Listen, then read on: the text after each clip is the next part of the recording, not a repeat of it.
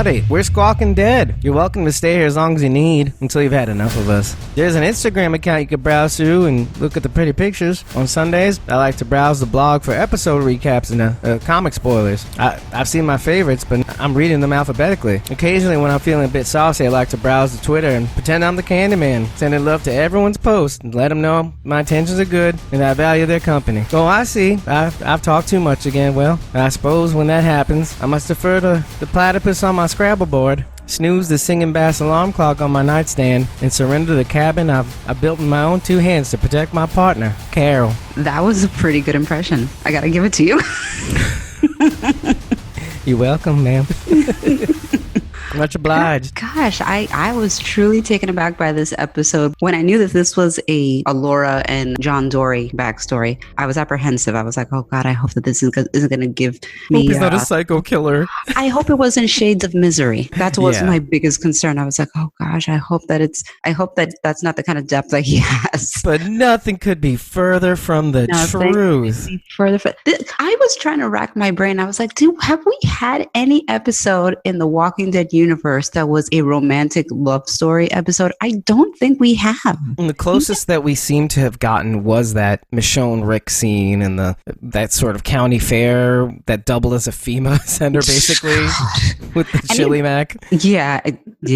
I thought to myself, I was like, well, maybe certain moments with Maggie and Glenn, but even then, there was never like a sort of, we're just going to focus on this relationship. To me, this was definitely a first. Yeah. More than anything else, that's kind of what makes this episode stand out in general anyway, because I don't know if this is an overall thing from Scott Gimple or Gail Ann Hurd or any of them, the showrunners, but we've experienced like 2+ years of just absolute sadness. And it has been mentioned that Fear the Walking Dead is going to be somewhat of a hope / bring them down just to give them hope again story. So to see this kind of port in the storm. Yeah, not just beat us down relentlessly. Yeah, and it's, it's this thing where we've talked about game theory, basically, just giving people just enough to hang on to keep watching. And finally, we're getting this jackpot payoff. That feels good. And to have the episode itself be so good, it's just so pure. Yeah, and I think it was very well done, the symbolism in the episode. And it was so simple in the sense that the setting was simple because we didn't go anywhere, really. We stayed in this same setting. We weren't venturing into some other town, almost kind of like a play, other than the point when they were in the boat. For the most part, they're in his house on an island, or his own little sort of island, I should say, man-made island. No man is an island, yeah. Right, exactly. And just basically kind of focus on these two people and this relationship. And I really like that. I felt it was very pure. It was very well done, but it was very profound. Some of the dialogue just hit it out of the ballpark to me. Really. Yeah, I think what this episode illustrates also very well is that, and of course, the director / co-executive producer, Michael Satrazemis, he seems to line up the shots just right, along with the cinematographers trying to get the angles that they wanted the most. And then a lot of still camera shots, surprisingly enough. And just to see all that kind of come together to weave this picture, it's not just the dialogue, it's not just the acting. I actually mentioned this, it's kind of as though the cinematography itself is another character, almost like the narrator almost. It gives you their perspective. Yep, I could definitely see that. The shots, the way things were shot were very interesting, and the subtleties too. The progression of the relationship in very subtle sort of ways, even just where we start at the beginning of the episode and where we end. Laura, Naomi, however you want to, let's call her Laura. I was going to call her Naomi because I think that's her real name. She looks like a Laura. It's so funny. You look like a Laura, right? You look like a Laura. I was like, well, what did Lauras look like? I thought to myself, I was like, do I know any Lauras? I don't think I do, actually. But yeah, I know one. I don't know. We have a mac and cheese club together. It's a thing. There's a mac and cheese club? You want to join it? Maybe. You're welcome anytime. Sounds intriguing. We got the Western mac and cheese. Oh, God. There is a place in Soho that makes amazing different kinds of mac and cheese. Oh, I know. We've been there. Oh, it's good. I miss that. Murray's mac and cheese. Yep. We don't have that in Miami, sadly. Oh. Because people here don't indulge like that. But that's okay. That's a missed opportunity. Missed opportunity. Major missed opportunity. They don't know what they're missing. But yeah, I like the subtleties too. They start off when they're watching TV and she's sitting on one end of the couch and he's on the other. And by the time we come to the end, the distance has has decreased. It's closed. Yep. Yeah, it was just the subtleties, Just like the little things. Yeah, those are writing choices right there. Those really are good writing choices. very good writing choices that really are small little details that go a long way to illustrating how far the relationship has come in terms of trust, in terms of intimacy. And it was nice to see something heartfelt. And also, in light of the fact that, from what we understand, she didn't get out of the stadium, according to Luciana. So, in light of that, it just adds another layer of emotion behind it. It's like, this is the woman that convinced him to kind of step off of this island. Because from what we see, he had a pretty comfortable routine. Yeah. He would have an alarm. Oh, God, that damn trout. Do you remember that trout? Actually, I kind of wanted to bring that up because it doesn't play what the singing bass alarm clock normally plays. Yeah, it doesn't play the jingle. No, but I love it. They're playing "Take Me to the River" by Al Green, and I actually looked this up. You know, speaking of that, it's just very literal. Okay, there's a river behind his house, but it's the idea of it really is just it's a lot to do with unrequited love. You know, someone basically Al Green, this lady's treating him mean but loves her anyway, and the river's he wants her to love him so that and he's fine with her being mean with him because then it grounds him. So I love you because you're mean to me, and if you just come around, I'll make it up to you. You grounding me will actually make me a better person. Yeah, and it's funny because you see John Dorie and he's an excellent person, but he's not a part of the world. And no, he is basically kind of an island unto himself, and he's basically survived by creating this moat that just kind of protects him from the outside world. Yeah, from humanity. And we see that so far it's been working for him. He lives this life. Yeah. He has his routine where, he has his alarm set, which is really fascinating considering it's the apocalypse, but cleaning his weapons, tending to any random walkers that seem to stumble, takes down his little drawbridge, so to speak. Right. Does what he needs to do. He has movies. It's very interesting, the meticulous nature of things, even when they go to the store and he gets movies and he signs them out. Very sort of meticulousness about him. Yeah. It's exactly like you said it. There's this routine. And there's a routine. If he follows this routine, he's fine. He's entertaining himself. He has this thing that he does every day to keep himself moving. It's safe and it preserves his sanity. Yeah, but you see that it's starting to wear on him. And I think it goes back to this isolation thing because, so there's two parts to this. One is that what you find out later on in the episode is that he's isolated himself far before the apocalypse. Yes. He's been doing this for way longer than that. And we'll talk about that later, but it goes back to something that I said about him and Morgan is that you get this feeling from the first episode that this guy has been alone for a really long time. Right. Much in the way that Morgan has. I mean, Morgan, with the thing that separates the two, honestly, if you really want to get down to it, is that Morgan didn't have much of a routine. No stability in that sense. No. And he isolated himself a little too late. Whereas John Dorie isolates himself early on. And when we see him in this flashback, which is kind of essentially him basically relaying his story about Laura to Morgan by the time we reach the end of the episode. Right. What's interesting about that is you start to see it wear on him.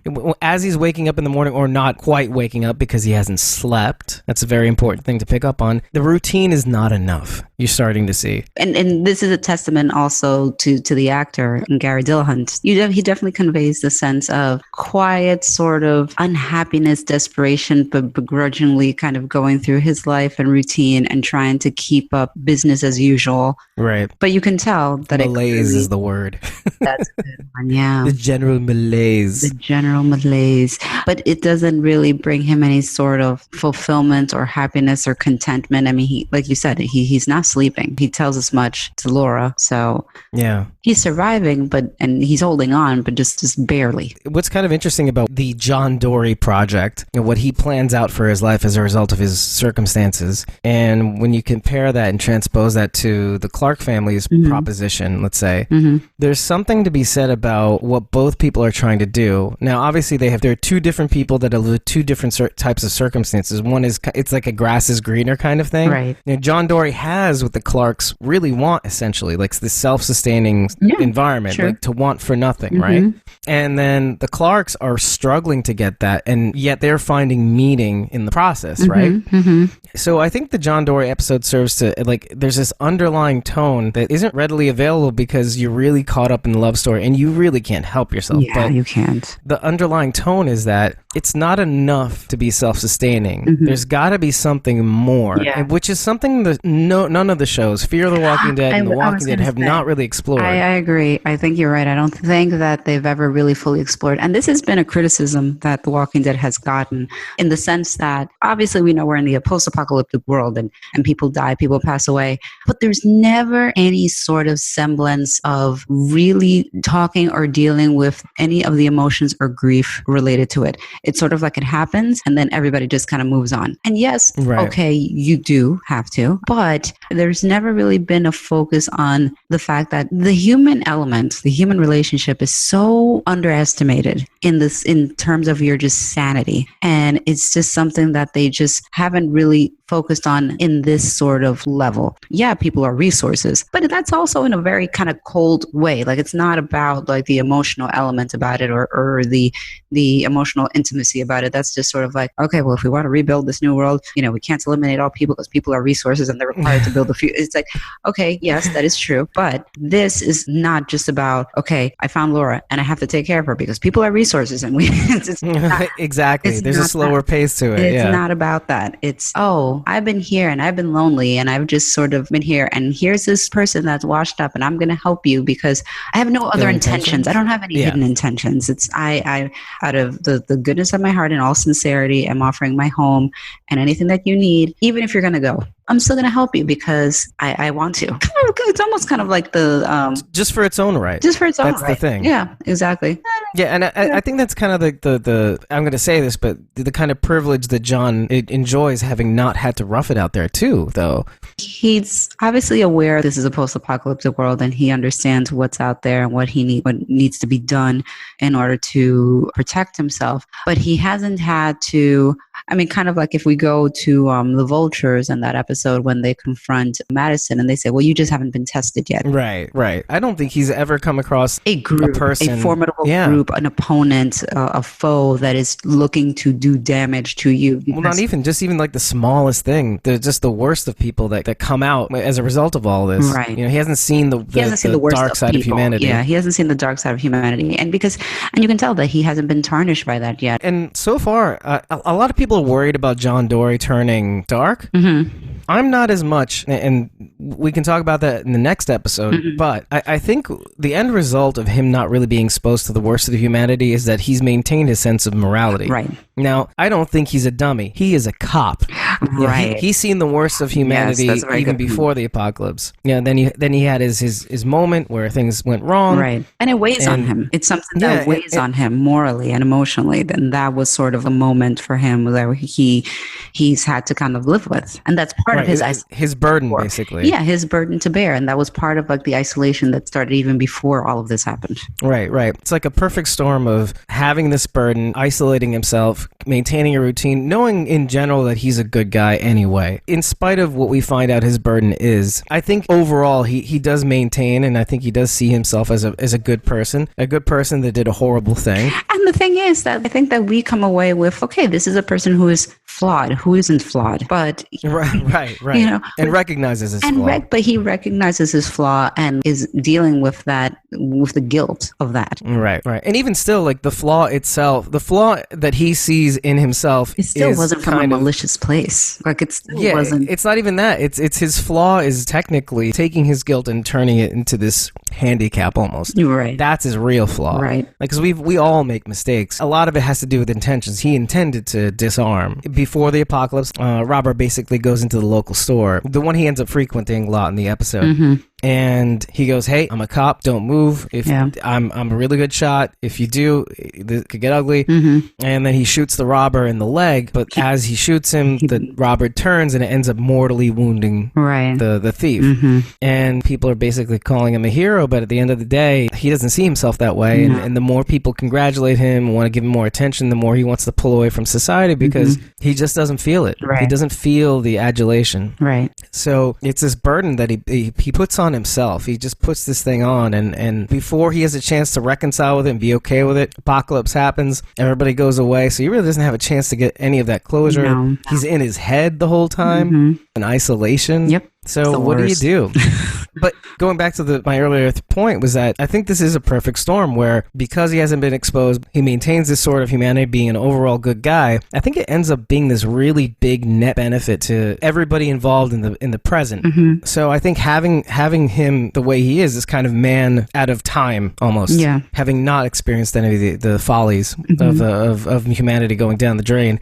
I think he has there's like a means to maybe balance the load, basically, like tilt the scales in a way morally so we can hopefully equalize everybody. And I think that's what makes this episode so brilliant and beautiful and gives us a sense of why this guy is so out of place. The thing that we've been asking ourselves, what? We meet this guy in the first episode of this and we're like, who is this random gunslinger cowboy sitting around a campfire? It was just so random and so hard to kind of figure this guy out. Odd. Yeah, and it was like, who is so this? Odd. I mean, kind of. Well, what's the name of that episode? What's your story? I mean, it was. What's this guy's story? What's this guy's story? What's your deal? What's your deal? Exactly. I'm like, what is your deal, dude? Oh man. This episode definitely gave us the insight that we needed to understand where his head's at, where he came from, and why he's so fixated on this Laura. Yeah, exactly. We almost thought that his thing with Laura was kind of the thing to kind of pass the time, but no. It's like, no, it's far more. It turned out to be wilder. Yeah, wilder than our crazy imagination. Yeah. And also the fact that she really was the conduit to catapult him really from his existence that he had to the point where he met Morgan or came upon Morgan. Unstuck him, right? Yeah. Out of time. Yeah, pulled him out of his isolation and basically pushed him to say, nope, I'm not just going to stay cooped up in this house on an island forever and ever. I'm going to go out there and I'm going to find her and I'm going to make this happen. I like the fact that there's so many more layers to this story and that her role or her character, Laura, it's not a throwaway sort of thing. She played a very important role to him. Yeah, it was convincing. At the end of the day, this episode was a huge payoff, again, going back to the game theory thing, for all the misery that we've had to put up with. And we put up with, I wouldn't say gladly, but we put off just in search for a good story. Right. But we've had to go through these motions to get The Walking Dead and Fear the Walking Dead support groups going on by way of this podcast. Yes. So then you get this episode, and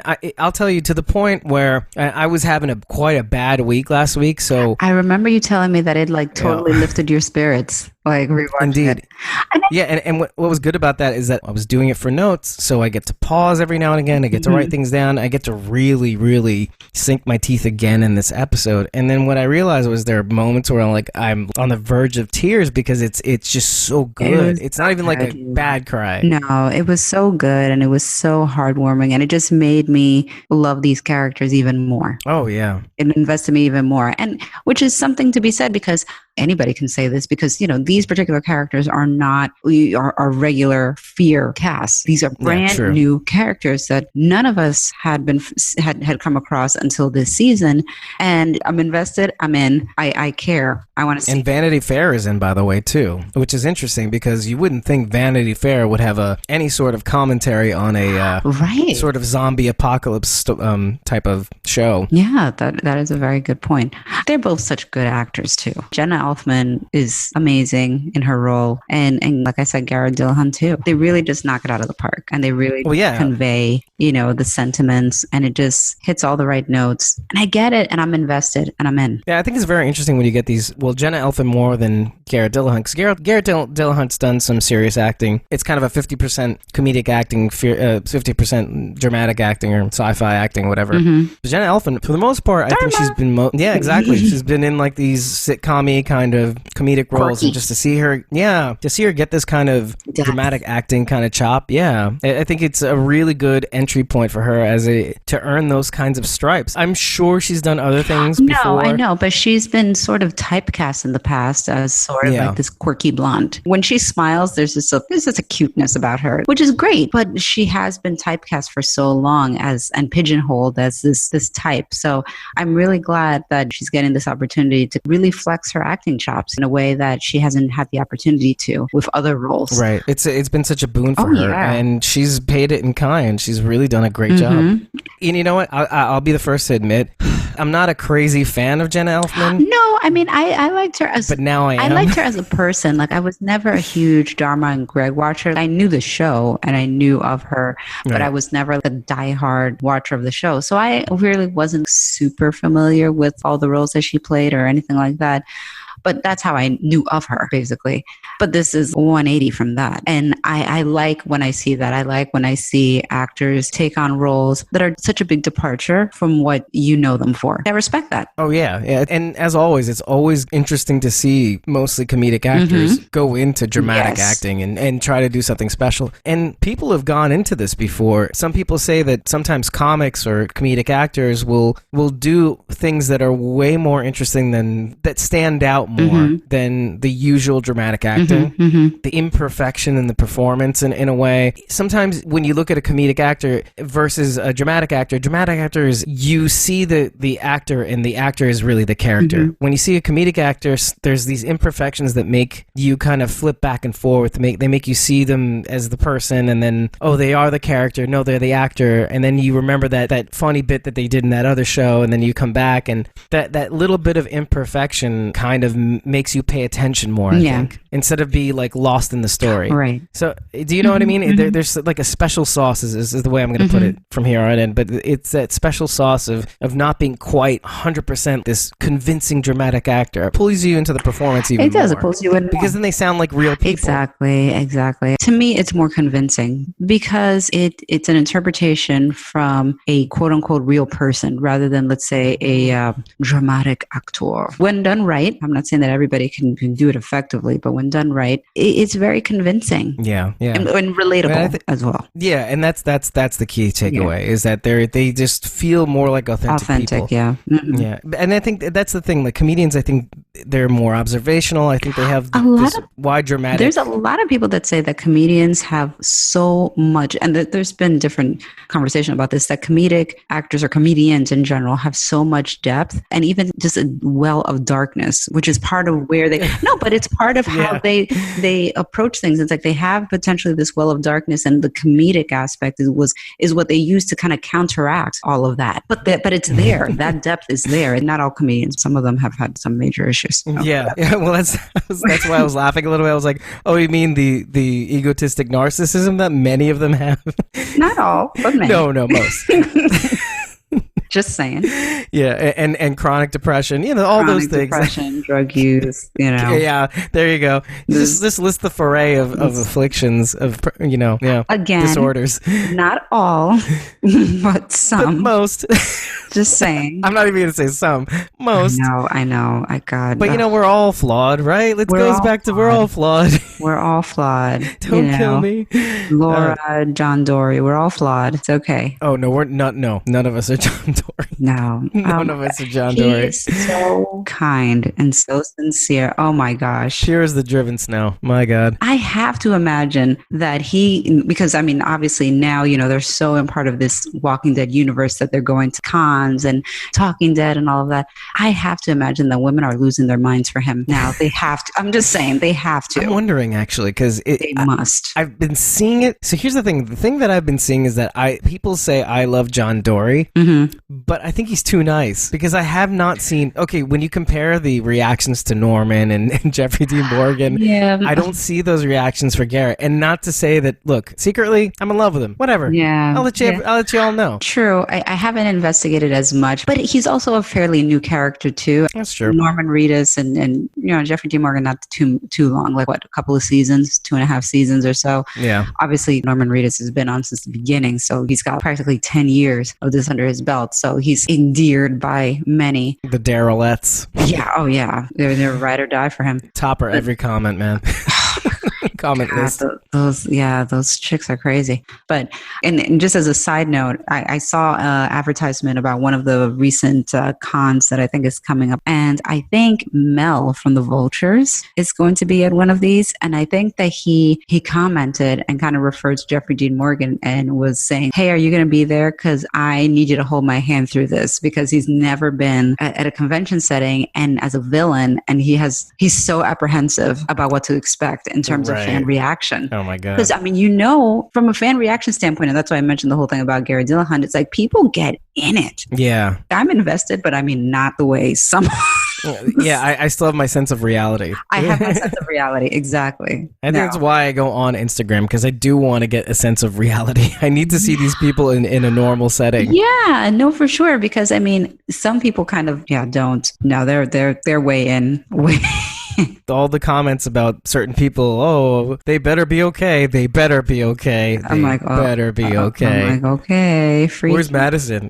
Yeah, exactly. And I think that is Mel's concern, or the character of Mel. I forget the actor's name. But, please don't kill her. I want to live. I don't want to be Dr. Eugene Porter. Yeah.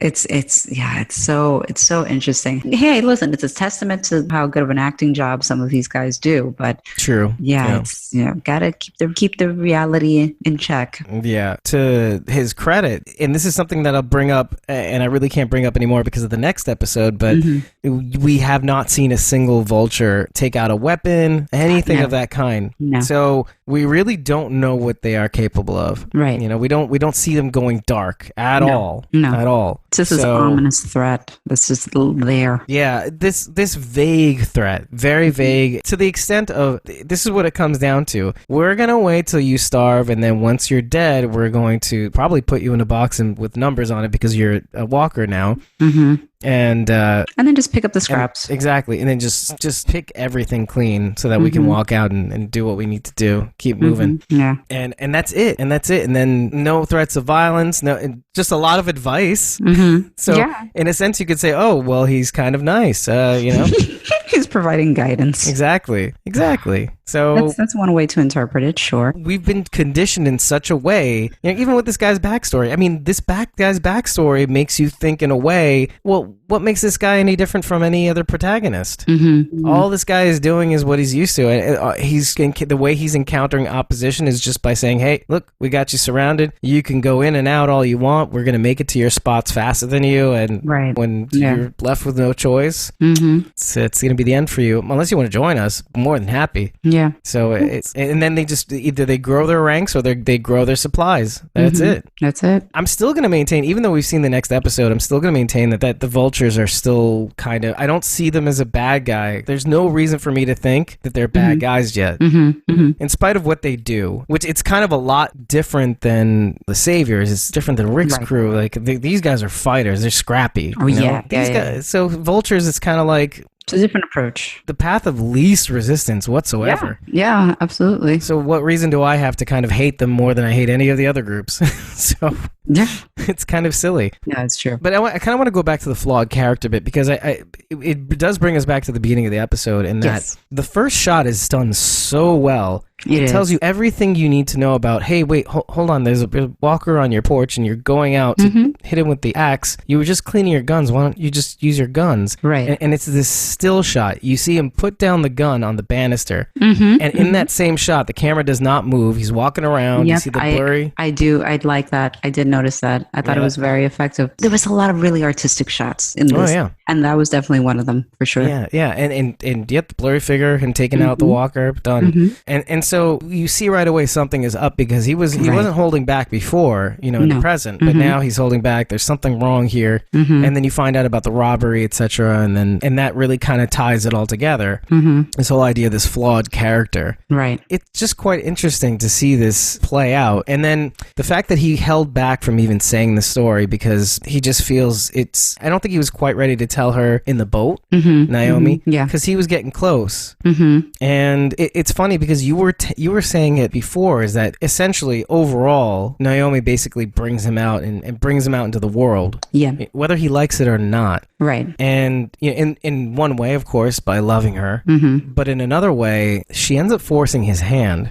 When they see that the walkers have been spilling out of the overpass on the river, and they've been washing up on his house. Yes. And they finally go out to, they tried to patch it once, fine. They had to patch it again with the car. Right. And then you had the walker with the machete through his chest, tearing open the Jeep's vinyl windows. And on the way, he finds out that she brings one of his guns. Yes. Do you remember this? I do. I do remember this. Do you remember his reaction? It's kind of like pissed off. Yeah, he was. He definitely was. Yeah, Laura's eye on the prize. She's definitely scrappy. But she basically forces his hand, like you said. And we start to get more and more pieces as to what is holding him back.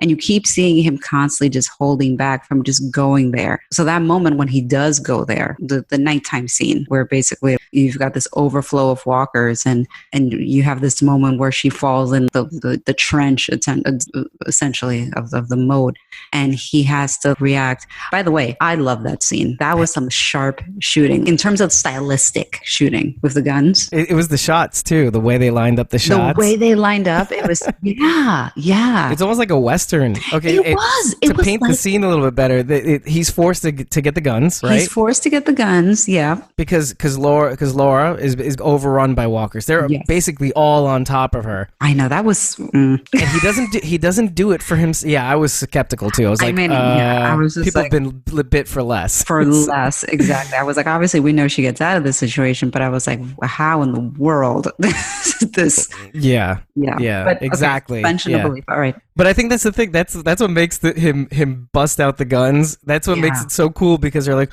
what? And then you see this.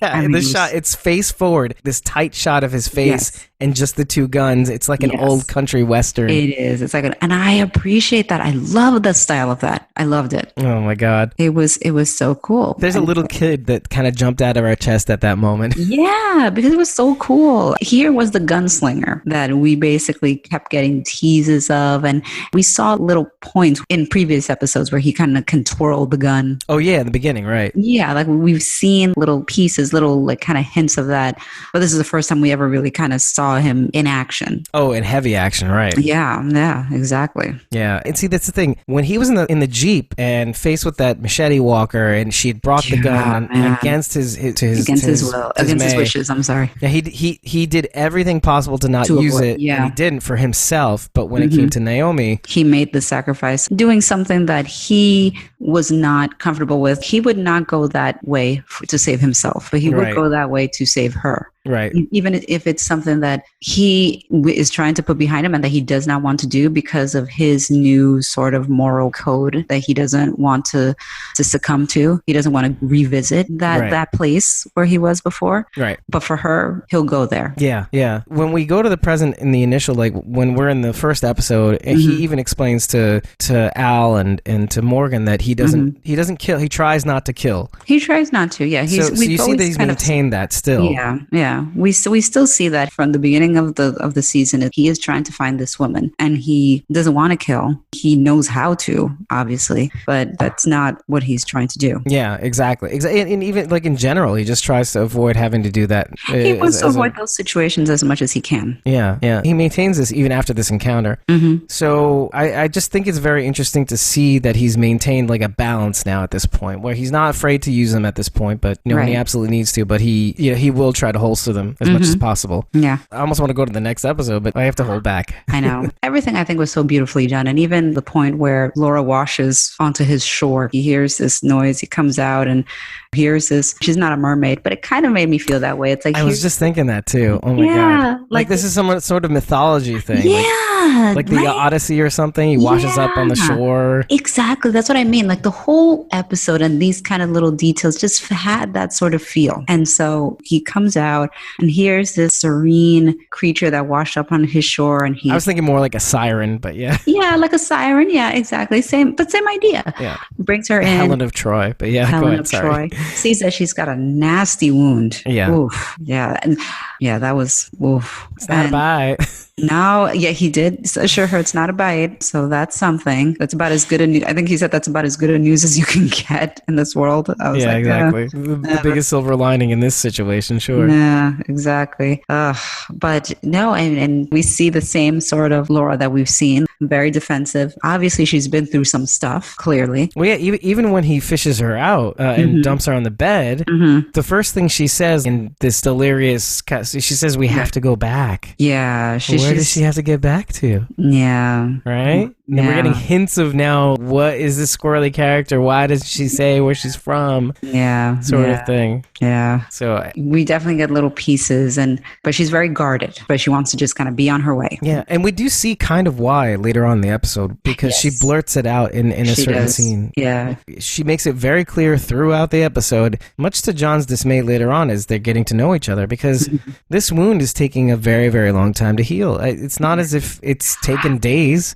I would surmise that she's been there at least a month. Yeah. Hey, look, it took ain't no spring chickens ain't healing up that quickly. I had to be on disability for a month for a hand operation. So this chick's wound to the gut, a month. Yeah. I'll give you a month tops, at least in the movie world. at least in the movie world. So yeah, that's a long time to spend every waking hour with someone.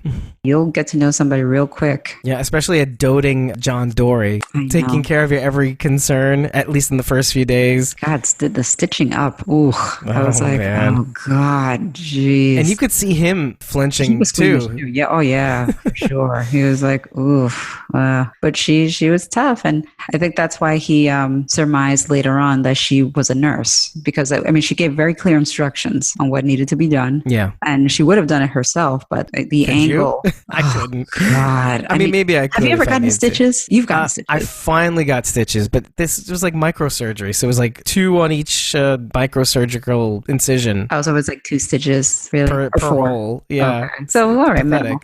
No, I wasn't awake. So it doesn't count. I've had both situations. I've had situations where I've had local anesthesia and haven't felt the stitches, and I've had situations where I've been fully conscious and have gotten stitches, and that shit sucks. Oh my God. Sorry. Yeah, I hope to never find out. Yeah, but yeah, that, I remember telling Eddie, my husband, about it. He was like, you felt everything? I'm like, every stitch. Yes, you single one. Do they not put any sort of local anesthetic on there? Depends on where you're getting the stitches. Oh. Certain areas you can. It's a little easier. Even though this hand operation was mind-blowing to me. There's this in-between thing called sedation, which is what I got for the hand operation, which I didn't know anything. I was like, what the hell is sedation? It's sort of like an in-between where it's not to the full extent of anesthesia where your organs operate a certain way. They give you an injection. It's applied intravenously, and you literally kind of go to sleep for a certain point or whatever. It's not to an extent of a general anesthesia where you're out for this prolonged period of time. Right, but it dulls your senses. It keeps you kind of sort of awake. No, I was out. Oh. I was out, but I guess it's not to the extent of a general anesthesia where it takes a considerable amount of time for you to wake up. And I have heard that when you're under general anesthesia, a lot of people have adverse reactions when they come to. There's side effects coming out of it. I didn't know. I haven't. It's all news to me.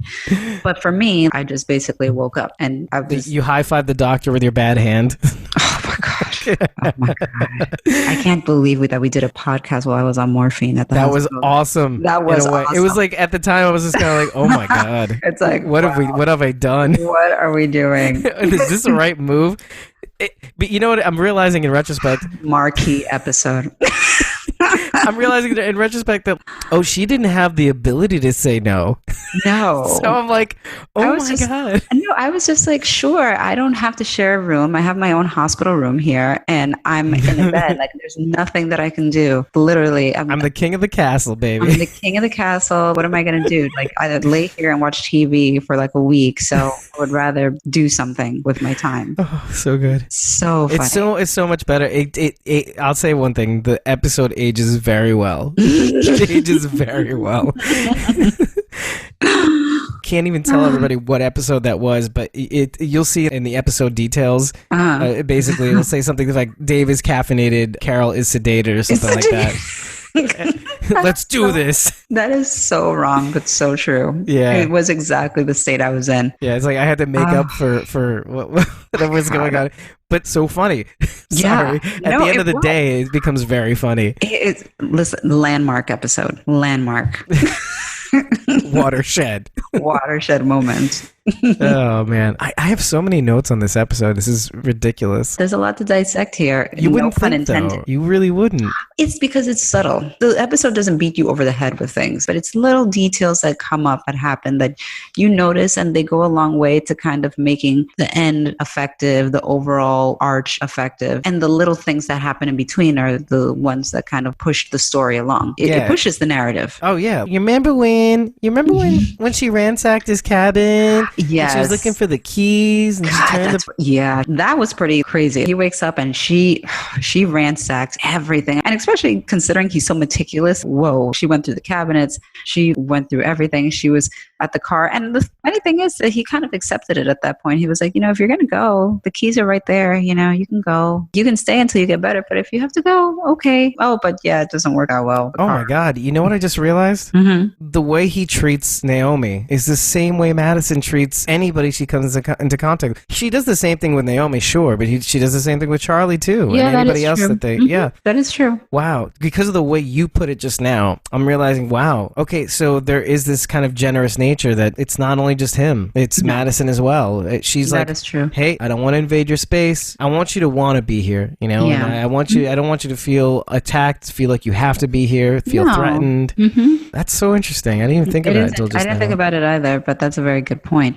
He's very sincere. He generally is looking out for her best interests without ulterior motives involved. Right. It's the kind of person, like I said, is that perfect storm of not having to see the worst in people, but knowing what people are capable of. Yeah. And I think he goes way out of his way to the point where he says, you don't have to tell me your name. I'm just going to call you Laura. Yeah. He doesn't push. He tries where he can, but he also knows when to back off. So he kind of respects that boundary, even creating the curtain. I don't think he even tries to know more. I honestly don't. Push. No, he doesn't. He doesn't push at all. No. In fact, he pulls away.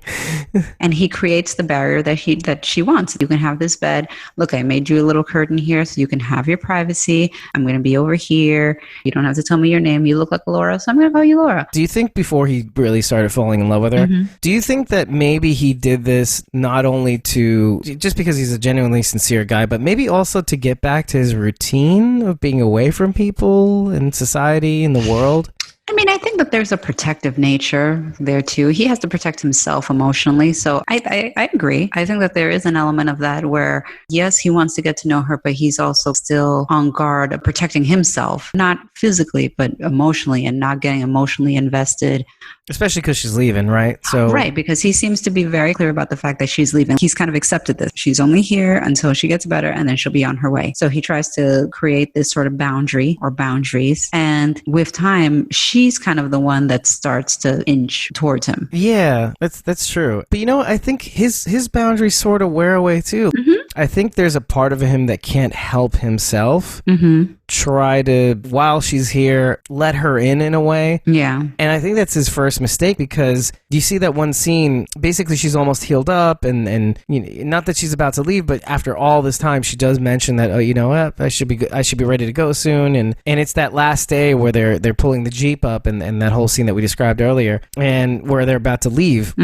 And you see it in his face as he's about to go, he's saying, well, yeah, no problem. I guess so. If you're feeling up, because he's really upset about this. He's really upset about hearing that she's about to leave. He knows that she's going to leave. He knew the whole time. Yeah. But there's that part of him that let her in just a little too much. And that it's moments like that, these little moments where you see the bits of hurt in his face when he hears it. He hears that, it's almost time to go. And you see it in his face, and he's kind of let down. Yeah. And he maintains that mood as they leave the cabin in the back. No, I'll just patch it up. She goes, no, we did this together. You helped me, I'm gonna help you. And he goes, well, if you really wanna. That kind of hurt. And as I was watching that, I was like, oh my god, man. Yeah. You got the love bite. I know. You got bitten by the bug. I know. You can see that he's grappling with it. Yeah. And it's and let's be honest, he kind of sounds like a kid almost, like when a kid's like,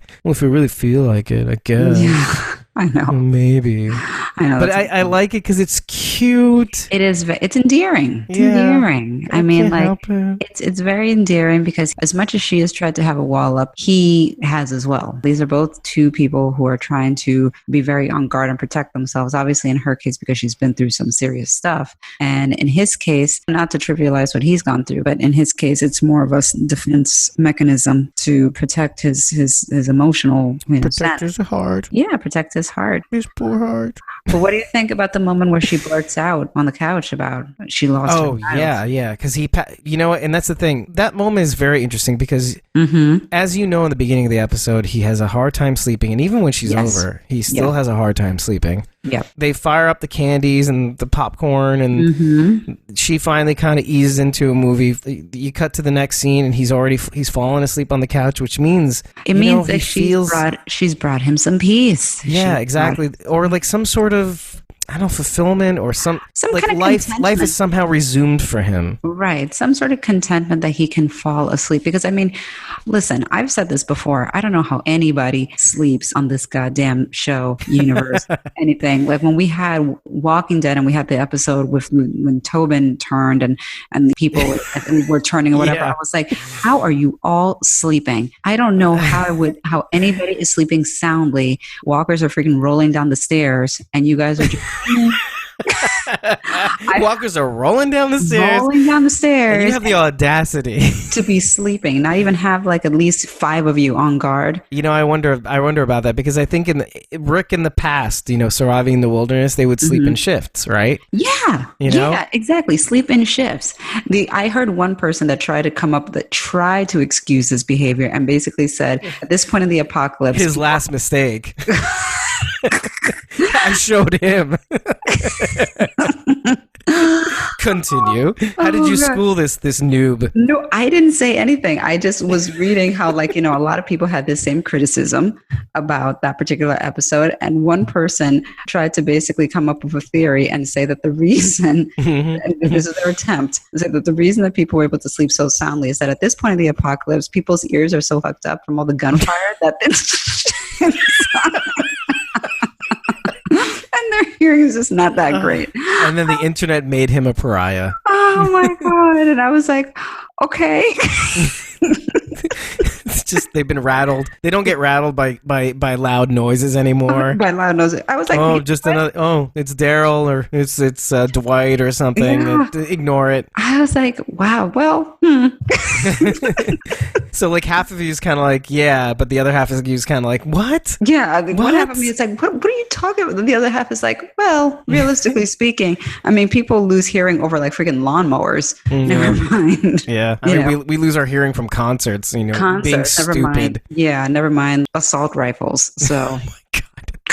10 years worth of 9 seasons worth of assault rifles, which amounts to, I think, if you look at the timeline, I think it hasn't been more than like 3 years, 4 years, 5 years, maybe something like that. Yeah, and just now the fear timeline is kind of catching up to the current timeline, because we've kind of forced them to kind of catch up. Oh my god. So it brought him some. It has brought him some peace to the point that he was able to actually nod off. And I think she recognizes that too, and that gives her that in. And that gives her that moment for her to basically kind of come out with her truth, to basically say, I lost a child, which was interesting because it reminded me of the episode where they first meet Laura at the silos and they asked her, there's a child with us, because they were looking for Charlie's parents, at that point. And you can tell that she kind of gets emotional and she's like, I don't have a child. The way she said it in that episode definitely implied something. And then now in this episode, we see she did directly. Right. There's no way it could be my child. Right. and this is why. This is why. Yep. So heavy. The way she did it was quite perfect as well. Yeah. If you really think about it, it's and like we don't get any there's more no good way. Yeah. There's no good way to say it. No, there is no good way. But there's a part of her that wants to reveal herself because of everything he's done.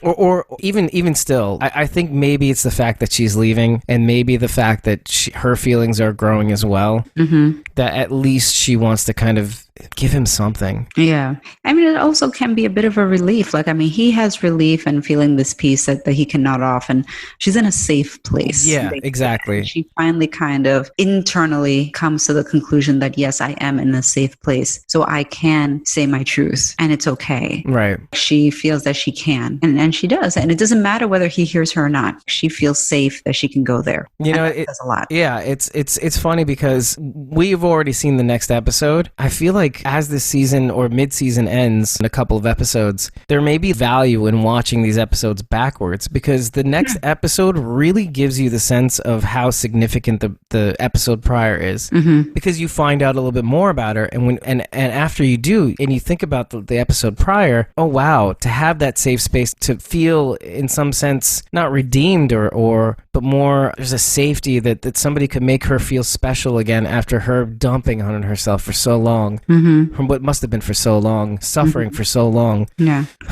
Yeah, it's so to see her actually blurt those words out is just, it's a relief that she could talk to somebody about it. And as you've seen with the group before, again with this group that, I mean, has obviously, I think they've tried to make her feel as safe as possible. And I think there are John Dorie-esque elements that they as Madison said, hey, you're welcome to leave anytime. Just tell us when you're leaving. This way we know we're one less car. But to the point where she doesn't share her story with them. Even knowing that that's love. Bottom line. Yeah. This is exactly. This kind of gives us the idea that there is love, and she cannot help it herself. She can't help it but not hold back that one fact. Yep, exactly. Yeah. But now, show by the way, her vulnerability. It's her basically saying to him, I can't help the way I feel either. And which I think, by the way, the Jeep, I think it was the sequences that there was the Jeep scene with the machete walker. Yes. Then they go back, they watch the movies, the peanut butter brittle popcorn.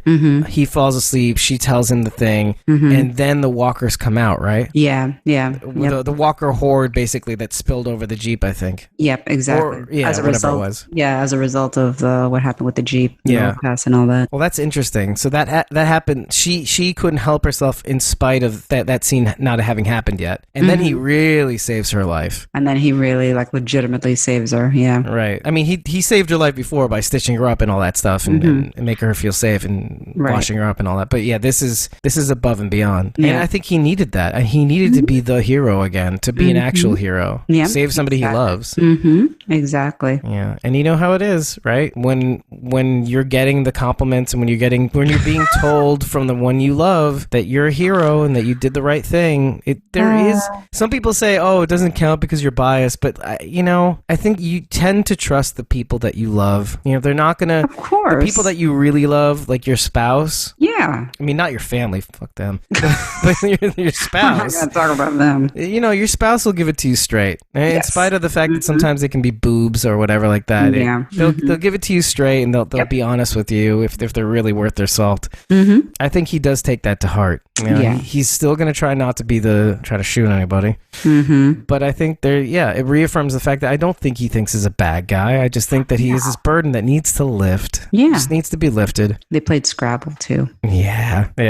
It was so sweet. I thought that was very cute, especially considering he would be playing Scrabble alone in the beginning of the episode. Now he has a Scrabble companion. I don't know. It's a little bit more challenging. Yeah, because he's just trying to keep his mind occupied, right? Jesus, yeah. You have to try to keep your mind occupied. Otherwise, what are you going to do? He does a very good job in trying to maintain his sanity as best as he can. But the emotional burden has obviously been there, and which has been like the motivator for isolating himself. And now finally he's starting to kind of let someone in. Oh, yeah. Yeah, absolutely. And speaking of that, by the way, do you remember when they go to the store? Yes. Now, I'm not going to go over the whole what they do in the store. It's not that important. The store is left pretty much intact for anybody to really go in and take whatever they want. He doesn't hoard ordered all the items. No. So that's one thing to get out of the way, is that this guy takes what he needs and, he moves on. If somebody comes by, it's there for them. But the most interesting thing is the actual VHS rentals. And now I want to let you know that I actually wrote down some of the titles, all the movies that have been rented out in recent memory.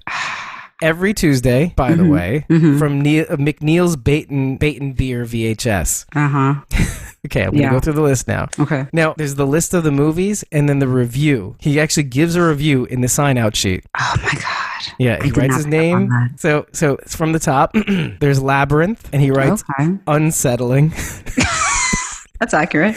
This gets really funny. On Golden Pond, which is very sad. Yes, it is very sad. It's very sad. Smoking the Bandit. Excellent. Naturally. Exclamation point. Naturally. Somewhere on Time. Questionable. Okay, I don't think I saw that one, but okay. And here's like a complete left turn. Glitter. And oh my God, are you serious? Yeah, and in caps, not as funny as promised. I love these writers. I love this pun. There's this pun right here. The Green Mile, too long.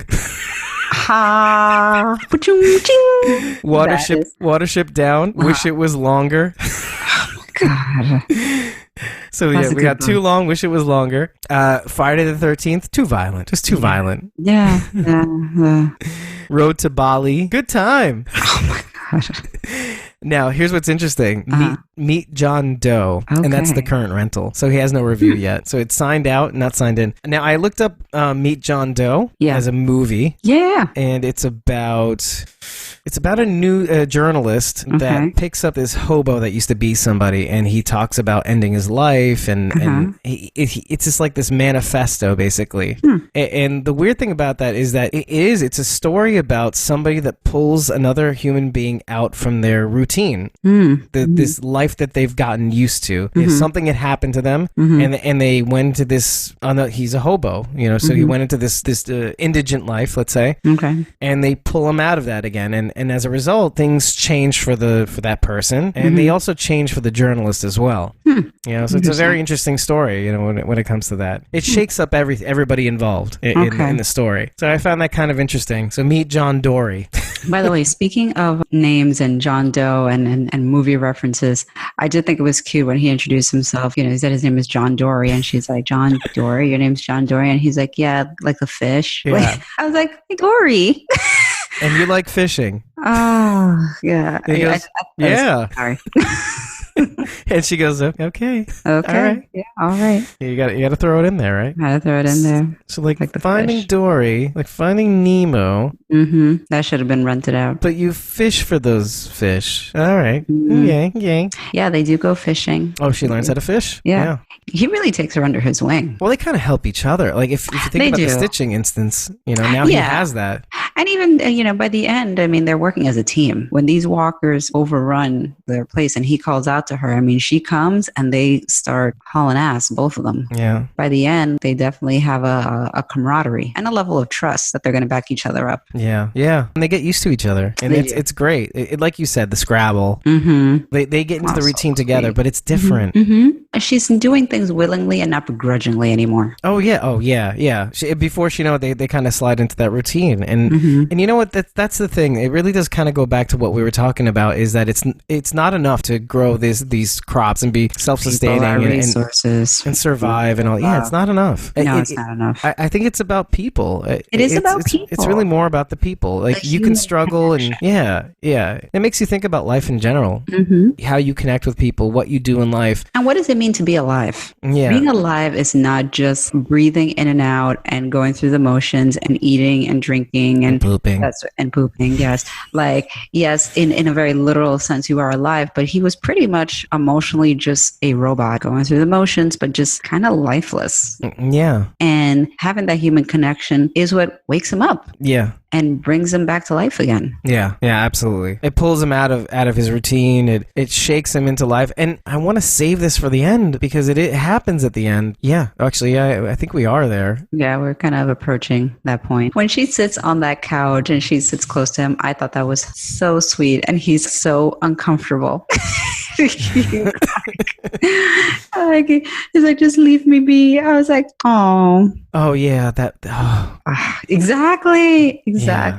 Him holding his hand up. I can't do this. I can't do this. He's kind of accepted that she's going to leave. He's accepted that when she gets better, she's going to leave. So I am not going to get any sort of emotional attachment here, because why am I going to bother? She's just going to walk out of my door, walk out of my life, and I'm never going to see this person again. It's like, I love you, and I didn't want you to know. And then she goes, why didn't you want me to know?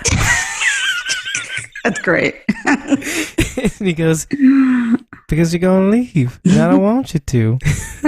Oh, God. If you want to be on your own, stay. I'll go. I need you alive. Oh, my God. I'm getting emotional. It was so sweet. If you're alive, this whole world feels alive. Yeah. And that's what I mean about feeling alive. And feeling alive is not just the literal feeling alive, but it's also there's an emotional aspect to feeling alive. And it's about the human connection. Yeah, man. It reminds me of the things, like my mom lives for us kids. Right. I know I'm like, like, you're going from this love story to your mom. No, it's all love. All right, let's keep going. It's all love. But no, she was lucky enough to be a stay-at-home mom. And sometimes the things she said, whether she was angry or not angry, there were moments in time where you wonder, oh God, she really would do anything for us, even like stand in your way when you wanted to go out, and it was not quite the savoriest place when you're a teenager, or if you're doing something right, they'll lift you up. They'll do anything to kind of be your own cheerleader or your worst cop, you know? Right. So they'll take a bullet for you, that sort of thing. So it just makes you wonder. So that translates when you're a kid and you're looking for love. And when he did this, it reminded me of what it was like to be a teenager. Your hormones are kind of intoxicating, that you're almost at their mercy. Yeah. And when I saw him do the hand motion, please just like get back. Never mind me. It reminds me of what just being a teenager was like. Like I gotta leave. I gotta take a walk. I need to take a deep breath. I need to get away from this situation because it's too intense for me. I can't think properly. I don't want to say what I want to say, because if it's not going to make a difference. Yeah. And if I start talking about this, then I'm going to have to say the whole thing. Yeah. Yeah. And I don't want to like open the stressing me out. Yeah. I don't want to open the floodgates. And it happened. You sense all of these different emotions coming off of him at the same time. I don't want you to know that I love you. I feel stupid saying it because I don't want you to think that it's nothing. I don't want you to think it's because you're just a human woman in the apocalypse. You know, it's not that. You know, it's serious, and I feel stupid just for thinking. It's like all these things that kind of go back and forth. I know it's stupid. It's just so dumb. And I know you got to go, but I don't want you to. And I'll go. You stay, and I'll do whatever you need me to do. I just need you alive. Yeah, exactly. I mean, it's just stupid things we do. That dialogue was right up there with some of my favorite love story lines. And I don't like your typical love stories because I find them to be so like, I like flawed. I like flawed love stories. Probably one of the most romantic lines ever was in As Good as It Gets with Jack Nicholson and Helen Hunt. You have this really flawed character who falls for this woman. She has her own burden, as a matter of fact, and he has to pay her a compliment. He kind of messed up. He's not the smoothest person. He's fairly awkward.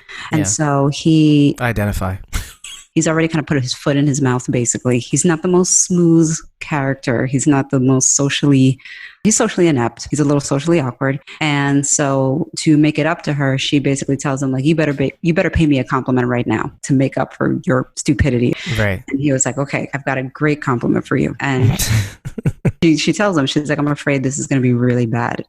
Yeah. And so he tells her that he has this sort of anxiety issue. And 9 times out of 10, the issue can be fixed with medication. And he would rather do anything than take all this medication or pills or anything like that.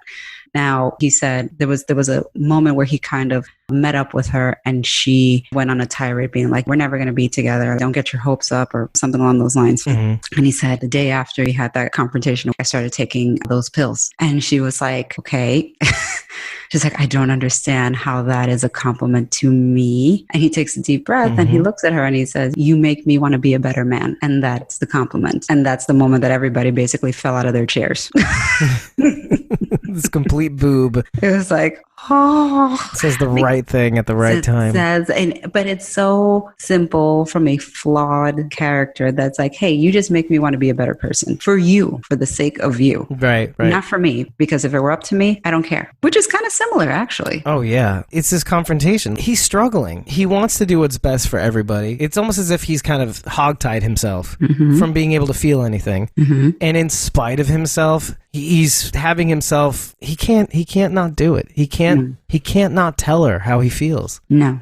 For all intents and purposes, from his point of view, he's like, I just done a wrong thing. Like, this wasn't supposed to be about me. I was supposed to be, you know what? She's supposed to heal up, supposed to go on her way. I wasn't supposed to violate that privacy fence. You know, and there we are. Yeah. And that's it. Seal the deal. Yep. But then sadly, he wakes up in the morning after with the Scrabble letters, full night's sleep. With the Scrabble letter spelled out, I love you. I'm sorry. Yeah. Oh, God. Yeah. Oh, God. And you know what? We quickly switch over to the present. Yes. We've got Morgan, and he immediately... And I love this relationship between these two men. I really enjoy it. And I love that, again, it's the subtleties here. Morgan started off this season, no, I don't need any friends. No, I don't need any of this. Look, he's become essentially his right hand, his companion, listening to his story and giving him advice and reassuring him that no, because, you know, at one point, John Dorie says, I shouldn't have said anything. And he's like, no, none of us know how much time we have. You did the right thing by saying something. Oh, yeah. And the first thing you see, even from that flashback, is the tin of letters saying, I love you. Yeah, he still has them. That's the thing with Morgan, is that he's been surrounded by such abject misery. It's just all over the place, man. And it's kind of like what I said, actually, probably this whole season, is that he's been exposed to a type of reality that has been just every wrong move made has brought him further and further down. Yeah. At some point, he finds that bit of peace, and I think it acts more like a bookmark when you really think about it, like a moment in time where he learns something and then it completely gets unlearned. And then he goes further, descends further and further down this rabbit hole of darkness. And I walked away with the impression that maybe this group isn't the best thing for him, and maybe we're transporting him to a situation where he can be with somebody like this. I agree. This male brother where he needs to be with. Yeah. He needs to see that life can be beautiful. That's how his relationship with Rick was at one point when this all started. Or could have been, right? Or could have been before Rick went off the deep end. Oh, man. It didn't take long. I'm still 150% Team Negan on this. I'm not going to get into it. I'm Team Dorie right now. I am totally Team Dorie. And I really like this friendship. I really like this friendship. It's really good for him because, and it doesn't hurt that these two men, like I said at the top of the show, these two men are born of isolation, practically, right? Yep. Both men were on their own island, and both needed to get out. Now, some were crazier than the others. No. At first, he feels kind of embarrassed about relaying the story to Morgan, and Morgan assures him, you know what, she loved you. Yeah. Yep. And again, like you said, Morgan said, you know, there's no sense in waiting, man. No, and it's at that moment that in his head you can see that smile, and he's like, fucking Rick was right. He was right. I didn't get it at first, but he's like there's no waiting, not in this world. So waiting, that's how you lose people. Yeah, that's what he says. Yeah. And John even says he's kind of embarrassed and thinking that they could even have a second chance after finding out that she dies. Well, the way Morgan kind of talks to John, he basically does the same thing he did to Nick. You know, you hold on to that feeling. You know, it's this like little opportunity to enlist John in the good fight. And maybe you and me can both show the rest of the group there's another way. It's not always about fighting and killing and dying. You know, Morgan knows his pattern all too well and where it goes. You know, he knows. He's a seasoned veteran. Yeah, and for a split second, and this is where like I started getting really worried really fast. Like, oh no, maybe they're right about John Dorie. John is actually wondering if the group is actually right about all the vengeance and all that stuff. Yeah, but Morgan quickly kind of... I mean, I was like, oh, no. Don't do that. Don't do that, John. Don't go there. We just had a really beautiful episode. Yeah. And it goes, look me in the eyes, and do you honestly think that? Yeah. And you think that he's going to make an excuse. And he goes, no, well, you know, maybe they're right about that. The world's kind of ugly. No, and I like that he was honest. He's like, no, I don't. Yeah. No. Oh, such a cute man. He's because you know what? He's just sincere. There's a sincerity about him. I mean, like borderline almost innocence in a way. Yeah, I don't want to say that because he was a cop. top, you know? Yeah, no, but he's sincere. He's sincere in his intentions and his feelings and where he's at, and I appreciate that. Yeah, he's honest with himself more than anything else. Yeah. And I love the friendship between these two men. I really do. Yeah. I really, really do. We're alive. We're part of the world. And then it's that let's not waste another second. No, exactly. You don't know how much time you have. Yeah. So don't waste another minute. Especially after the apocalypse. You think you have all... That's the thing. Take that into stark contrast from where we started in the season. Morgan wasting time in the heaps. Yes, just basically killing time. Just killing time. And it makes you wonder, did he have the thought of running away from that place sooner? And had he, obviously things would have been really, really different. But he left at the right time. But you know, he could have left a long time ago. He could have been part of the world a lot sooner. But I think he needed to be somewhere else. And I think the more and more we see these scenes with him and John, and maybe even with the rest of the group, Nick, and the sweet moments he had with the rest of the group, saying goodbye to Nick, he's exactly where he needs to be. And I could not be more happy that they brought him over. Really did. I agree. I wasn't sure necessarily what direction this was going to go and how Morgan was going to fit in to this bigger landscape of a story. But I like his presence on this show. I do. Yeah. Tell me I'm wrong, but I feel like they almost designed this season of Fear the Walking Dead around Morgan in a weird way. There's like an overarching story that at the end of the day is going to come back to him. Yeah, I'm pretty sure that at the end of the day, he is going to play a very pivotal role and it's going to come back to him. I don't know how exactly, but I think so, partially just because of the hype that it's like, and especially, I guess so. You're right. Yeah, partially because of the hype. Like you can't just say, oh, more, there's big crossover. And it's like, nah, he's just kind of, side player. Like, no. Yeah. Or like even like, okay, this is just a huge gimmick to get people to watch Fear. And it's true, but I think there's more. Yeah, I think there's more to it than that because there's got to be. How about that? There has to be, especially because I just look at it from the overall vantage point. This season has been a complete overhaul in every respect. Yeah. And you're not just having Morgan, but you have characters like John Dorie, Althea, brand new characters, brand new threat, brand new opening. The approach is just everything. It's just it's practically a whole new show. I feel like the tagline of this season is Fear the Walking Dead. We're gonna make you give a damn about this show. We're gonna make you care. We're gonna make you care. Yeah. Okay. I do maintain what I said in the last episode is that I think these characters do breathe new life into the Clarks, basically. Yeah. It really does make you give a damn about the Clarks and how they fit into all this and how everybody else fits into their story. I want this to still be about the Clarks at the end of the day, no matter what anybody says. Side note, I know a lot of people that were more quick famous last words. I know that there were a lot of people talking about invested in the Clark. I know a lot of people that were more devastated at Nick dying than Carl. Yes. What's your take on that? I wholeheartedly agree. I was going to say, I kind of agree. And I can't believe we didn't bring this up sooner, honestly. I know. Well, it's been insane. But yeah, a lot of emotions, ups and tremendous downs. downs. And planes, trains, and automobiles. I mean, Jesus. Scrabble boards. I can't.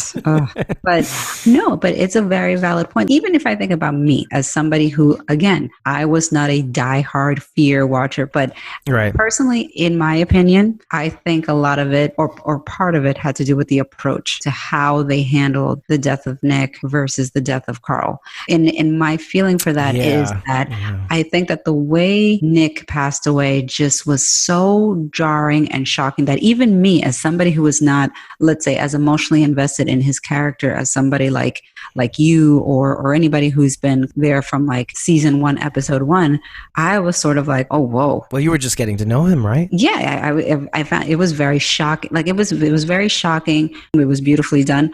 With Carl, I felt it was hammy. Over the last several months since he died, I've been thinking about this a little bit, and that it's almost as if the way it happens and the nature of him dying, the slow death across a couple of episodes. And the episode where he actually died was like a 90-minute episode where it felt, and I say hammy in the sense that he had a kind of dissertation monologue episode where it's like, oh my gosh, is this really going to happen in this episode or not? Really?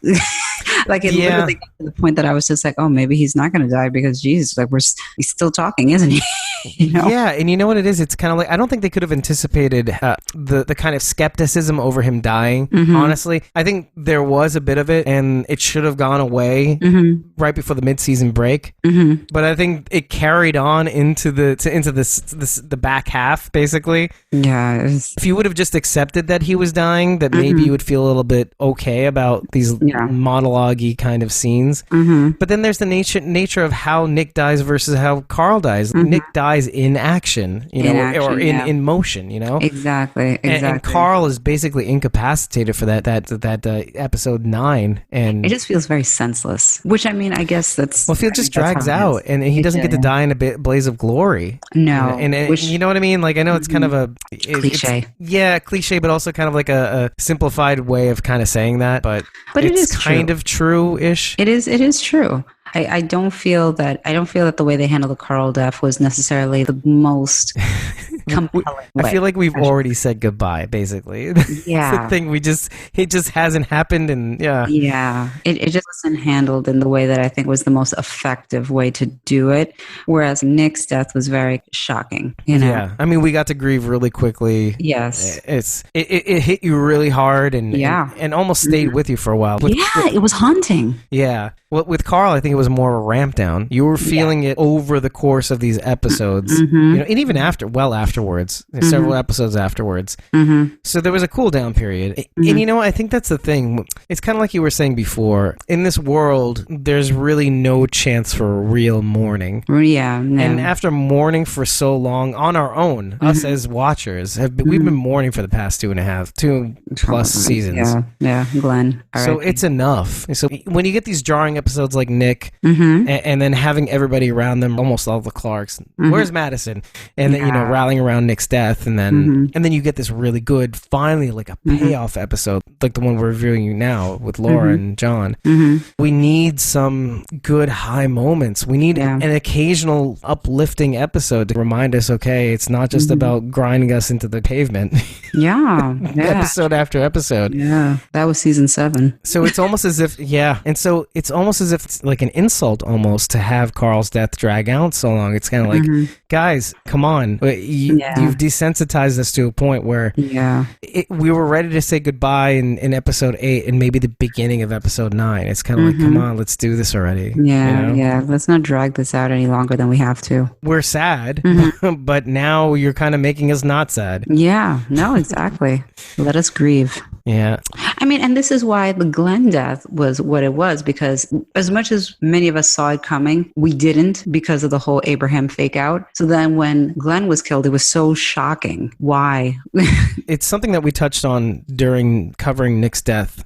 It was the idea of not wasted potential, but like potential lost. Potential loss, yeah. What's good about what Carl did in those episodes, and I think it was a good thing, is that the letters, him being able to express what he wants the group to do moving forward. He was offered an amount of closure that not a lot of people get to have. Yeah, a lot of people don't get a chance to have that sort of wherewithal to say, okay, I'm gonna give my last words to everybody I want to give to, and I'm gonna get my things in order. Yep. When it comes to people like Nick, people like Glenn, there's a potential, and there's a lot of potential energy that gets just all of a sudden gets lost, and that sticks with you, and that hits you hard. That hits you hard because of that loss. It's not just the whole ramping down and making us suffer some more. That sucks, and they suck for doing that.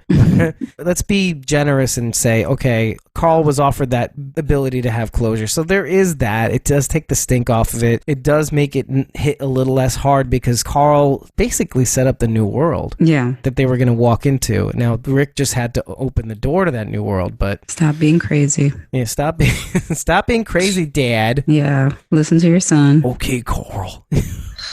I'll do it for you, Carl. Oh, God. But I won't do it for another 8 episodes. Yeah, pretty much.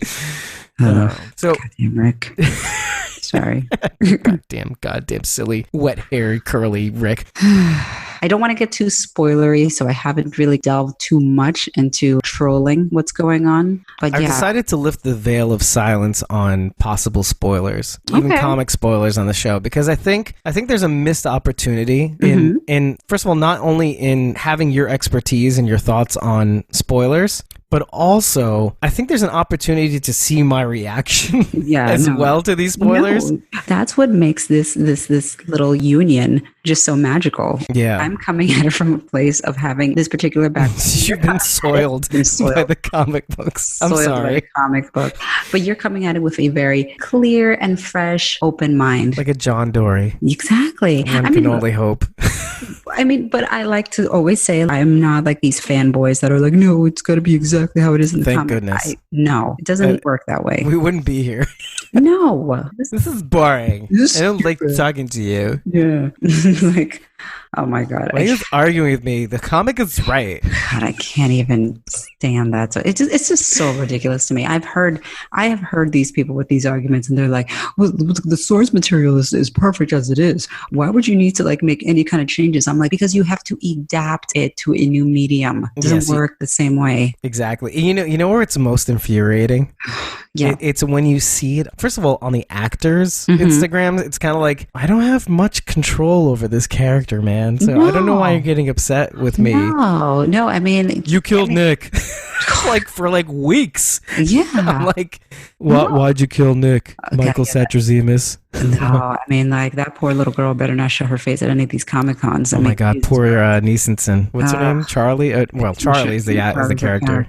Yeah. Yeah, no. Even Jeffrey Dean Morgan, he'll say it's a whole new level of stardom because you'll be in places and you have people telling you to go to hell. And like, you know. To his credit, though, you have to admit, he's fueled trolls all across the internet. Negan! Negan! But he is, well, he defends his character. And listen, I completely understand his argument because I've said it many a time. So you know how I feel. I always go back to, why'd you kill all those saviors in their sleep? You know, that's kind of fucked up, Rick. You know, like, just saying. Yo, that's cold. That's cold, Rick. That's cold. Like, I even remember that episode and Daryl and Glenn looking at each other like, whoa, this is a new level of cold. What did we just do? Yeah. Yeah, exactly. So yeah, that was the turning point. That's called the turning point. Yeah, he gets into it sometimes, but it's just so funny to me because he'll say the same thing. And it was actually very interesting, speaking about comic book spoilers, because in a recent interview, they were talking to him about his big motivation for taking on the role in the first place. And he was saying how he was a reader of the comic book and he loved the character. And what he found so fascinating was the relationship of Negan with Rick's son, Carl, and how this explored another side to him. And the interviewer was like, yeah, and then they killed the kid. He's like, and then they killed the damn kid. And he was like, I was not happy with that decision. I was like, I know. And they asked him, do they confer with you with any of this stuff? He's like, no, I mean, the decisions are made by the writing team and obviously with Kirkman's blessing, but he's like, we don't have any control over what happens to the character or another character, relationship or whatever. That's not, that they have no semblance of control over any of that. They just have to kind of run with it. Yeah. So that Scott M. Gimple is code. Yeah. He doesn't care. But somebody's got to be the Axeman, right? Somebody's got to tell people what to do. Somebody has to pull the strings. And like I said, I'm very curious to see where this season goes. I could say that I know stuff from the comics, but it's like at the same time, it's killing off Carl kind of shows me that I can't really rely on my comic expertise necessarily, because they could basically say, screw that, we're going to go this route instead. Well, I mean, we could probably draw a couple lines and see where they go. Yeah, I think once we get to the first episode, it'll pretty much cement on what direction we're going with this. Where are we? How many years has it been? What's going on? Because we basically are cleaning the slate. The war is over, brand new. We got some baggage. Oh, there's baggage. There's so many things that are left over, though, between the whole Maggie, that whole dark force and within the camp. I wonder if the things that we talked about, basically the potential of her being a possible enemy. And I've had time to think about what we talked about, too. And it's seeming more and more likely that I might actually agree that if they are going to go the Whisperers route, Maggie does seem, they may tweak things around, but it would be stupid for them not to make Maggie alpha or something. Yeah. I don't. It's a big question mark. Yeah, that storyline is a big question mark. And who else could you possibly see? There's nobody I would possibly see other than Daryl being in that zombie mask. Yeah. Yeah. Think about it. It just makes sense. It makes sense. It does make sense. There's just certain things that you're going to have to deviate from that storyline in order to make that many work. Things. Many things that you're going to have to kind of say like, well, we're not doing that. We're not doing this. We're going to go this route instead. And maybe that works, but that's just, God, I don't know. You could maybe potentially have Daryl as Alpha's right hand, Beta, and then, God, Maggie is Alpha. It would be a very interesting approach because we don't get to see too often anywhere where we have these people who are so much like the good guys, they're the good guys. And it's like, oh, what if they end up being like your most formidable opponent yet? Yeah, and it actually makes me wonder like about Enid also. How does she fit in? Because I don't know if she was in the room as well. The funny thing is that another comment that I see a lot on the internet that's so funny is, and it's true, Charlie is who everyone always suspected Enid was. Yeah, exactly. Like, everybody always suspected from the beginning that Enid was this sort of like in cahoots with the wolves and kind of like a transplant, like a mole and all of this stuff. And it's never fleshed out to be that way. But there's always a shiftiness to her that makes you not trust her all the way. Right, But you know what? In thinking about it, maybe you could do the Maggie Whisper story arc, because part of my concern or issue is that aside from the rape, oh God, jeez, I don't. Right. Yeah, that's a big problem. That's a big problem. Really big problem. Like, I don't know how, like, or maybe, but you know what? Maybe that's one of those storylines that they forego because they basically decide, you know what? We're not even going to go there because he's never going to let us go there. I think they want it to fit. I think they want all these pieces to fit. It's just a tremendous opportunity for them not to pass by. I don't know how they'll adapt it because you could potentially have Enid, because Alpha has a daughter. Obviously, Maggie doesn't have a daughter, but maybe that's Enid's role. Could be Potentially. Yeah. And in that case, maybe you could, but I don't know. But then where's the Carl element, right? Unless you take the little savior kid and now we've jumped in time and you could kind of say like, oh, well, he's, I don't know. Henry? Oh yeah, he's much older, but he's still kind of young. He's still going to be younger than Enid. But they might forego logic sometimes and say, okay, we jumped in the future and now he's older, old enough to make it believable that they would potentially have something. Oh, or the age gap closes in between Alden and Enid. That could be something. I don't know. People get older, the age gap closes in. It's not as sorted. Yeah. You know? And you know what's poetic about that? Okay, this makes a little bit more sense because what's poetic about that is you think that Alden and Maggie get together and then because I don't see Alden turning into one of those whisperers. No, I don't. I don't see that. I think I see Alden as if she is going into that path, Alden is kind of like the missed opportunity of Maggie to be good. Yes. And then it spills over to maybe Enid. And Enid's been under Maggie's wing this entire time. She's not challenged her as much. No. I mean, she gets in Michonne's face, but she never once gets in Maggie's face. No, never. No. She's always been Maggie's support. Yeah, and vice versa. Almost like a surrogate mother? Yeah, like a surrogate mother for her. Yeah. Yeah, exactly. I 100% agree. So maybe that whole idea of her going for Alden is not only just a challenge to her authority, but also kind of like a slight to her as not only a mother, let's say, quote unquote, but also it's very kind of Shakespearean tragedy almost. This guy could have been mine, but I screwed up because I was too wrapped up in trying to get back at Rick. Yeah. And you going down, girl. Maybe they'll go there. I think that would be very compelling to see. Oh, I would love that. I would love that. If you would take the character of Maggie, and if you would take two characters like Maggie and Daryl that are so beloved, have been on the show for how many seasons, and you really convert their characters because of what they've gone through and where their heads are at to be this sort of really formidable opponent to Rick and Michonne, that'd be pretty damn impressive. It would really make you question, like, man, who am I rooting for here? That's true. And yeah, you take that element and then you continue the theme of who do I really root for? Who do I root for in this situation? Yeah. So these two things together could make a really good sauce, let's say.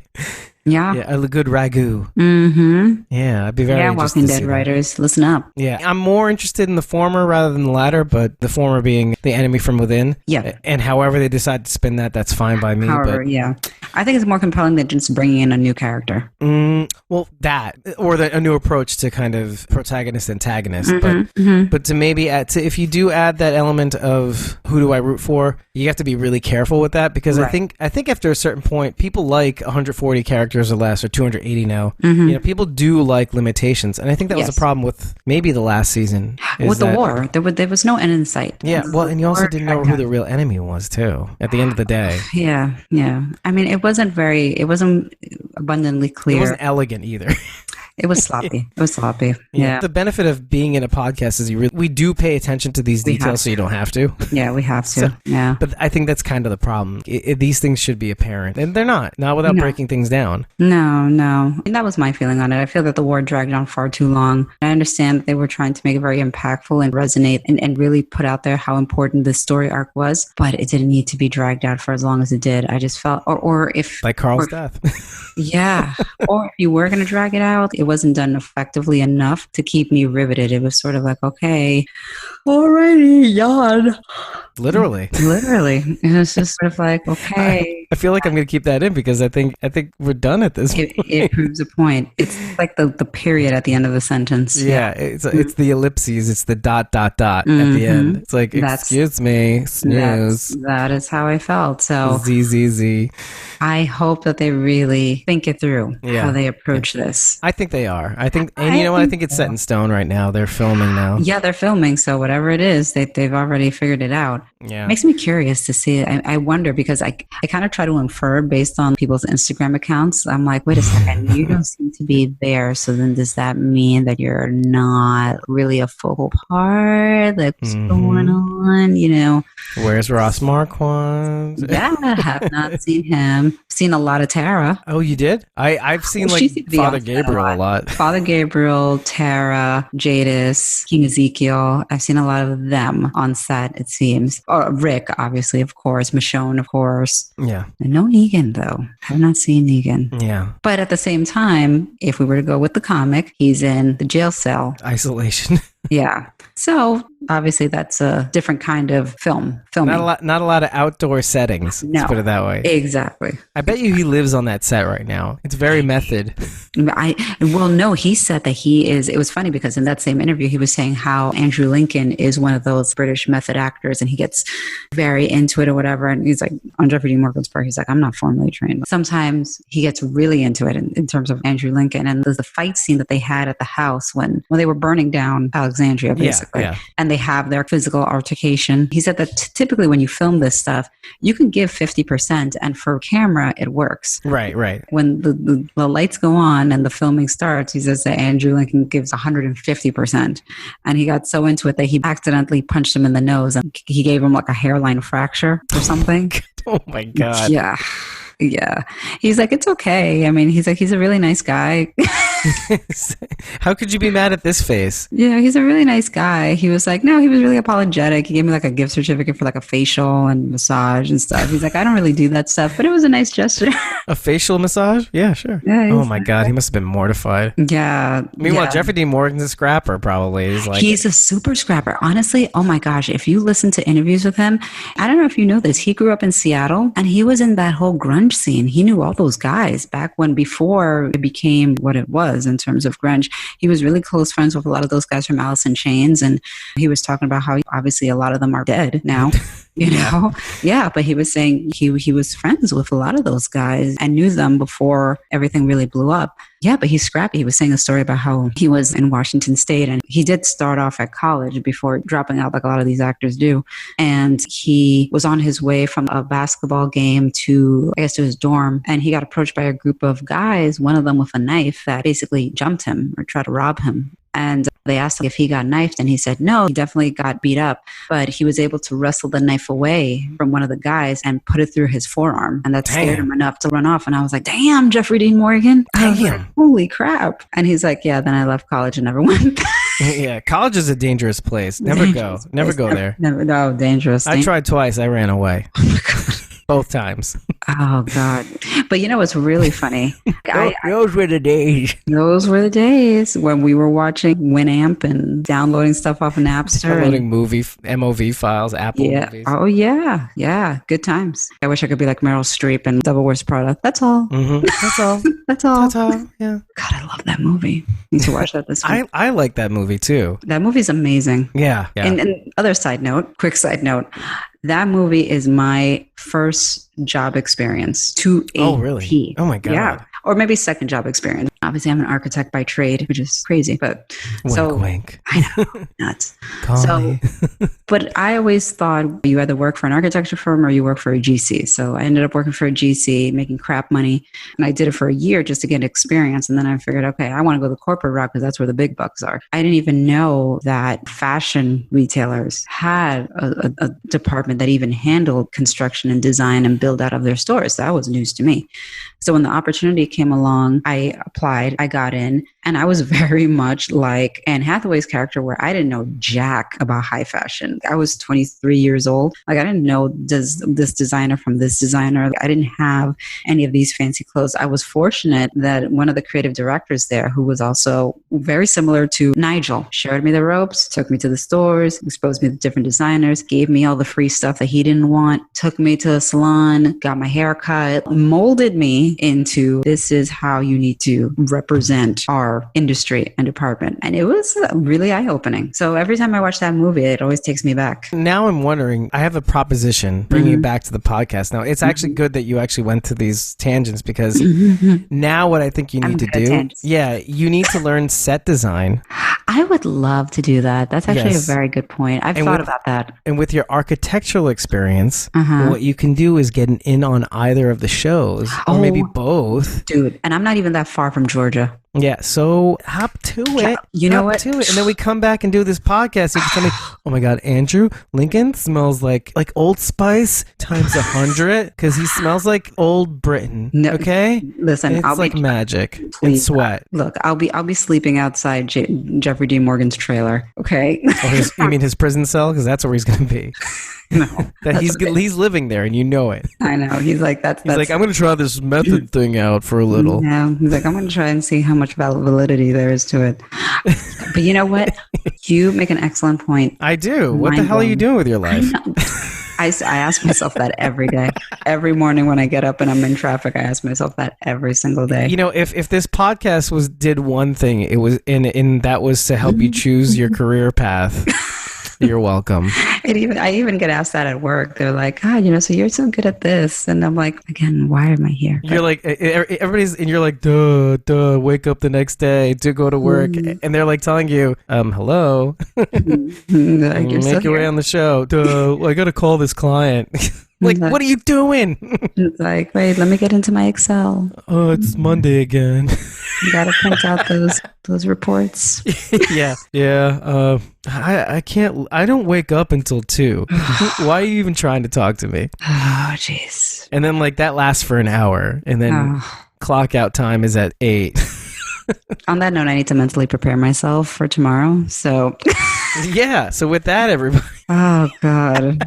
Actually, and it happens to be 2:15 now. 2:15 a.m. I need to mentally prepare myself. Yes. Okay. Yeah. So this is good. This is inspiration. This is a great spot. Yeah. We're looking to the future. Carol's going to get on the set of The Walking Dead and Fear the Walking Dead and report back to you. Make this happen. Yeah. Unfortunately, they have NDAs, so we're screwed. God. I can't say one thing. No, you can't say anything. I know you can't say anything. I'll be tarred and feathered. You'll never hear from me again. Oh my gosh. No, we will. We'll just hear about how embarrassing it was that you got fired after a week. I know. And they found out about your podcast. Jesus Christ.